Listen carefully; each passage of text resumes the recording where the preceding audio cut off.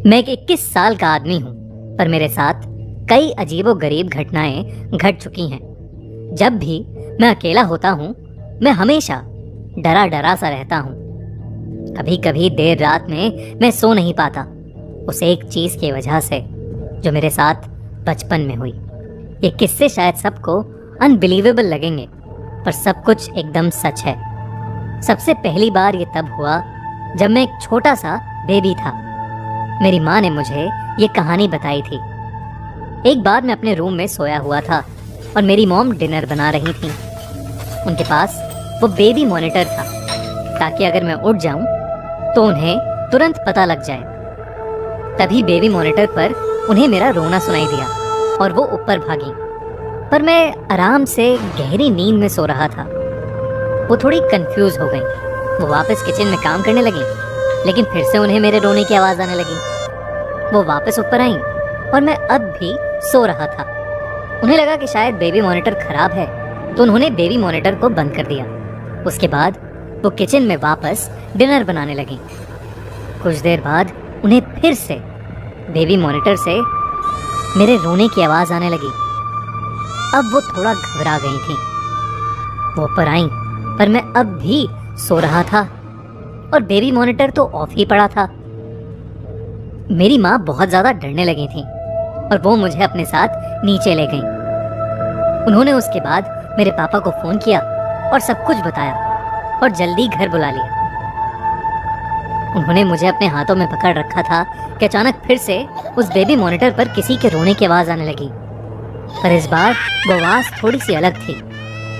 वो शुरू हुई किसी बच्चे के रोने की आवाज से, और फिर धीरे धीरे वो आवाज भारी होती गई और रोना चिल्लाने में बदल गया। मेरी मॉम ऑलमोस्ट सुन्न सी पड़ गई थी।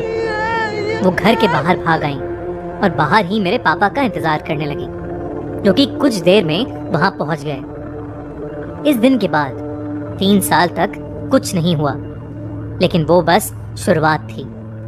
जब 2003 में मैं 4 साल का हुआ, तब फिर से मेरे साथ कुछ बहुत अजीब हुआ, जो मेरी माँ ने मुझे बताया। मैं अपनी माँ के साथ लिविंग रूम में खेल रहा था और पापा ऑफिस में लेट तक काम कर रहे थे। हम खुश थे, लेकिन एक बार फिर से वही हुआ। अचानक मुझे काली ड्रेस में एक लंबी सी औरत दिखाई दी। मैं एक्चुअली उसे देख के डरा नहीं, और मैंने अपनी मॉम से कहा, ये औरत कौन है? मम्मी ने मुझसे पूछा कि मैं किस औरत की बात कर रहा हूँ। मैंने कहा, वही जो उस कॉर्नर में खड़ी है। मम्मी को लगा कि शायद मैं उनके साथ कोई मजाक कर रहा हूँ। उन्होंने कहा, शैतानी मत कर, यहाँ कोई नहीं है।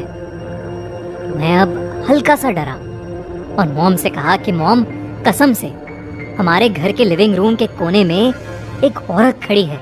तब मॉम भी थोड़ा घबराई, लेकिन उन्होंने मुझे शो नहीं किया कि वो घबरा रही हैं। उन्होंने एक कदम पीछे लिया और कहा, देखो कोई नहीं है यहाँ। लेकिन मुझे वो औरत मेरी मॉम के ठीक पीछे दिख रही थी। मैंने उनसे कहा कि वो आपके पीछे ही खड़ी है और आपको गुस्से से देख रही है। मेरी मॉम फिर से सुन पड़ गई। तभी मेरे पापा घर आ गए।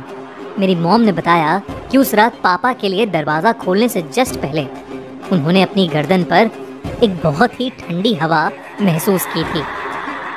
उस दिन के बाद से मुझे वो काली औरत अक्सर दिखती रही।